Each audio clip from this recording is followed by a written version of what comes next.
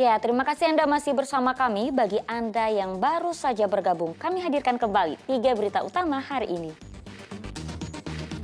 Dikejar pegawai karaoke karena tidak membayar tagihan, sebuah minibus terjun ke sungai di Kabupaten Demak. Polisi, keenakan pihak kepolisian.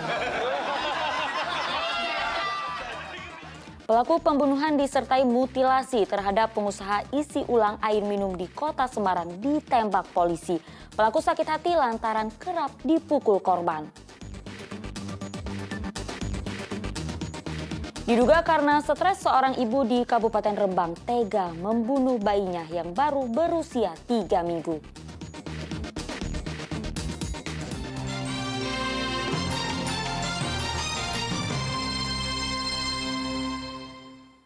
Ribuan nelayan menggelar unjuk rasa di depan kantor pemerintah Kabupaten Pati.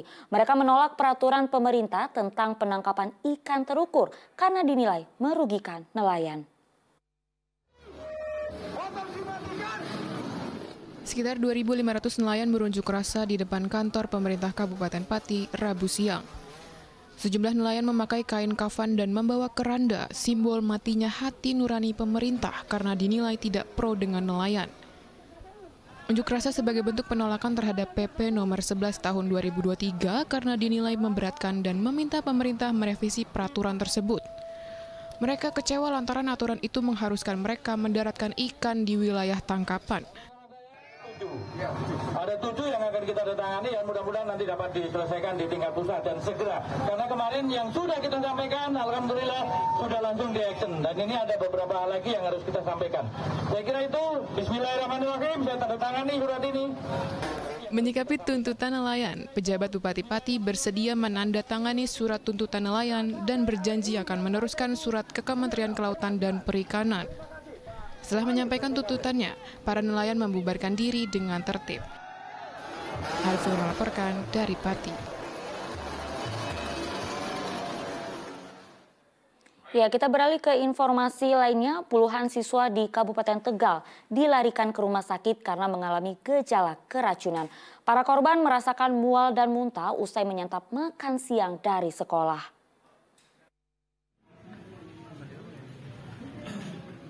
Puluhan siswa bersama orang tua memenuhi ruang instalasi gawat darurat RSUD Dr. Suselo, Kabupaten Tegal. Sejumlah siswa yang masih berseragam terbaring lemas dengan infus di tangan. Mereka datang bersamaan dengan gejala yang sama, yakni mual, pusing, dan muntah-muntah. Puluhan siswa Madrasah Ibtidaiyah dan SMP Islam Terpadu Lukman Al-Hakim Slawi ini diduga mengalami keracunan makan siang catering yang disediakan pihak sekolah.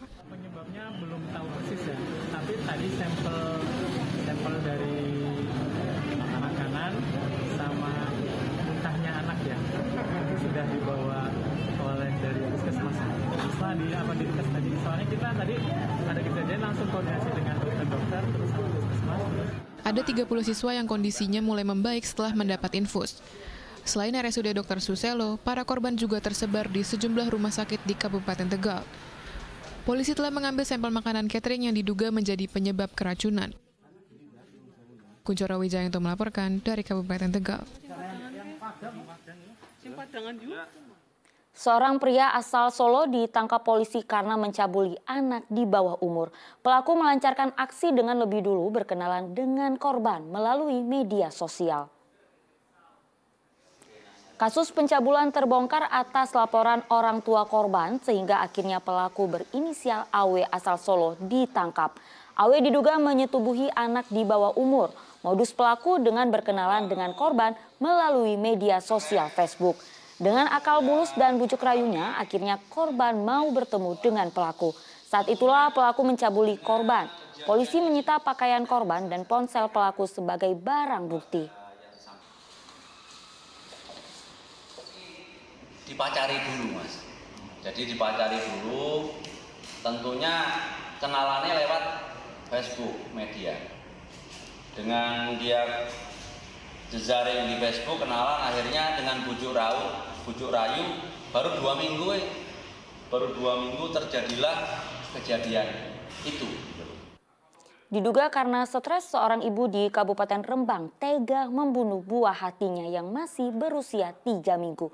Pelaku sempat menggendong jenazah buah hatinya ke kantor polisi, minta untuk dimakamkan. Namun pelaku akhirnya menyudahi hidup secara tidak wajar usai ditetapkan sebagai tersangka.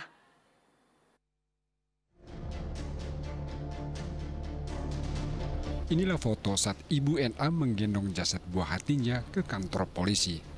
Ia berjalan kaki ke kantor polisi dan minta polisi menguburkan jasad bayinya yang baru berusia 3 minggu.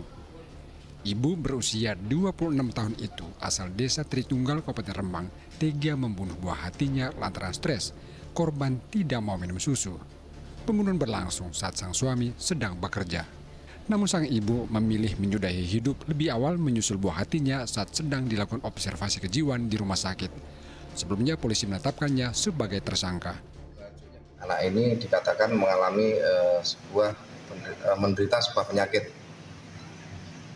Ibu ini stres, kemudian pada saat disusui itu ibu ini juga anak ini nggak mau menyusui, maka ibu ini kayak semacam dia marah atau dongkol atau apa sehingga anak ini cekek sehingga meninggal.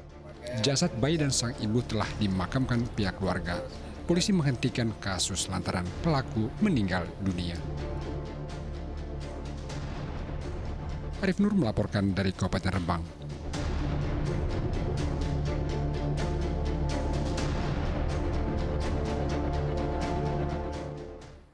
Jenazah korban tewas dalam insiden perawatan lift gedung E kantor Gubernur Jawa Tengah telah dimakamkan pihak keluarga. Di mata kerabat dan keluarga, korban merupakan sosok yang baik dan rajin beribadah.